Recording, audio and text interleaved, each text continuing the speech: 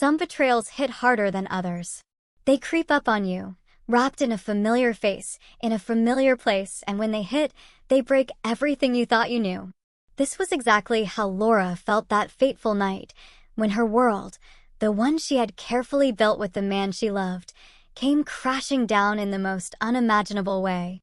It had been nearly 7 years since Laura and Michael got married. They were the kind of couple that friends admired, strong, caring, and deeply connected. Michael was thoughtful and kind, and Laura had always been proud of the relationship they shared. Their bond seemed unbreakable. They had weathered many storms together, but they always came out stronger. In just 2 days, they would be celebrating their wedding anniversary, a milestone that should have been filled with love and laughter. But everything unraveled on a quiet Wednesday evening when Laura returned home early from work.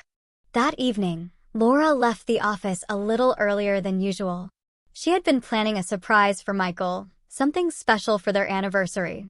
Over the years, they had established a tradition of surprising each other, and this time, Laura had gone the extra mile.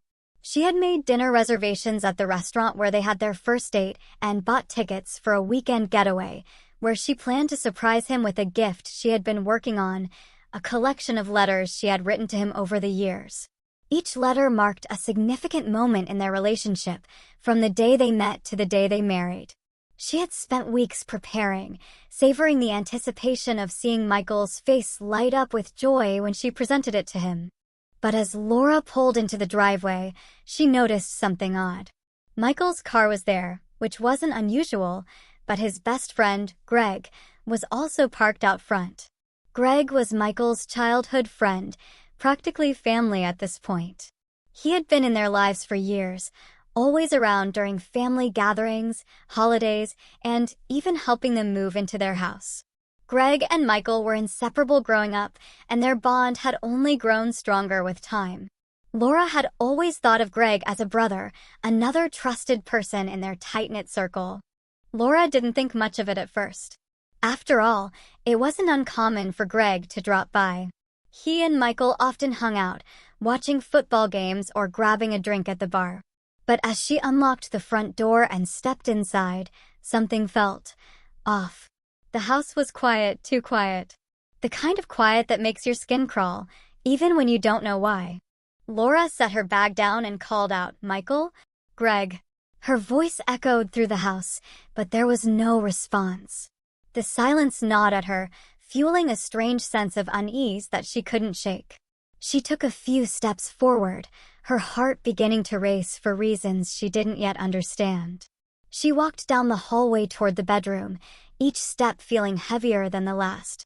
The door to their bedroom was slightly ajar, and as Laura approached, she heard a sound, soft, muffled voices. Her breath caught in her throat. Something wasn't right. With trembling hands, Laura pushed the door open. What she saw next made her world spin. Michael and Greg, lying together in the bed she had shared with her husband for years. They weren't just lying there, they were entangled in each other, in a way that left no room for misunderstanding. The sheets crumpled beneath them, and their shocked expressions as they turned to face Laura made it clear that this was no mistake. Laura felt like the air had been sucked out of the room. She couldn't breathe, couldn't think. The sight of her husband, the man she had trusted more than anyone, wrapped in the arms of his best friend was too much to process. For a moment, everything stood still. The image burned into her mind as if the world had frozen in place, locking her in a nightmare she never saw coming. Michael scrambled to sit up, stammering, "This isn't what it looks like." But it was exactly what it looked like. There was no explanation that could erase the reality of what she had just seen. The betrayal hit Laura like a freight train, sudden, crushing, and overwhelming. Her knees buckled, and she grabbed the door frame to steady herself, her heart pounding so loudly in her ears that it drowned out Michael's voice. Greg, too, sat up, looking equally horrified and ashamed, but he said nothing. There were no words that could make this better. For a long moment, Laura just stood there, frozen, staring at the two men who had betrayed her in the deepest way possible. Her mind raced, trying to make sense of it all. How long had this been going on? How could Michael, her husband, be so intimate with another person, let alone his childhood friend?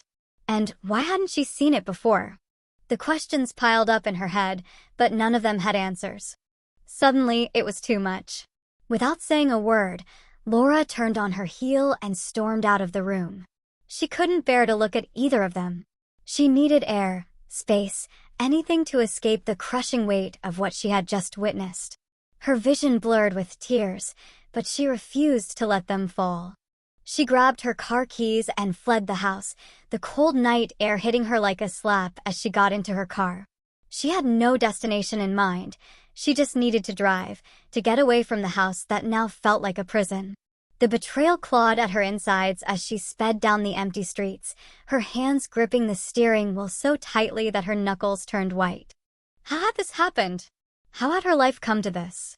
For hours, Laura drove aimlessly, her mind spinning in circles. She replayed the scene over and over again in her head, trying to make sense of it, but nothing made sense. Michael, her husband, the man she had built a life with, had been cheating on her. And not just with anyone, but with Greg, the friend she had welcomed into their home so many times, the man she had trusted as part of their family. As the hours dragged on, Laura's mind went to darker places. The betrayal wasn't just physical, it was emotional. Michael had shared a part of himself with Greg that he had kept hidden from her. How long had this been going on? Were there signs she had missed? Had their entire marriage been a lie? She pulled into an empty parking lot, her chest heaving as sobs finally overtook her. The tears she had been holding back flooded out in waves, and for the first time that night, she allowed herself to feel the full weight of her pain. She had been blindsided, humiliated, and torn apart by the people she had trusted most. When the tears finally subsided, Laura was left with a hollow emptiness, a void that she didn't know how to fill. But as the numbness set in, something else crept in alongside it: anger. 2 days. In 2 days, she and Michael were supposed to be celebrating their wedding anniversary. 7 years of marriage, built on what she had thought was a solid foundation of love and trust. But now, she saw it for what it truly was: a house of cards that had come crashing down in an instant. The rage bubbled up inside her, replacing the sorrow with a burning need for clarity, for justice.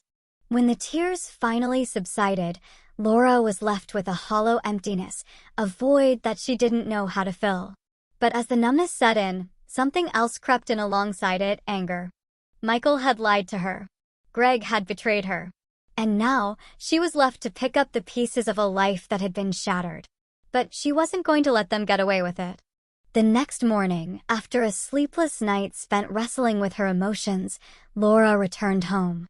The house felt different, colder, emptier, but she was no longer the broken woman who had fled the night before. She was determined, focused. She was going to confront Michael. When she walked into the kitchen, Michael was already there, pacing nervously. His eyes were bloodshot, as if he hadn't slept either. The tension in the room was suffocating as he looked up at her, a mix of guilt and fear on his face. "Laura, Don't," she interrupted, her voice steady but cold. "Don't say anything." Michael swallowed, his eyes pleading, but he didn't speak. "I want the truth," Laura said, her eyes locking onto his. "How long has this been going on?" Michael hesitated, his gaze dropping to the floor. "A few months," he admitted, his voice barely above a whisper. "I didn't. I never meant for this to happen." Laura's heart clenched, but she held her ground.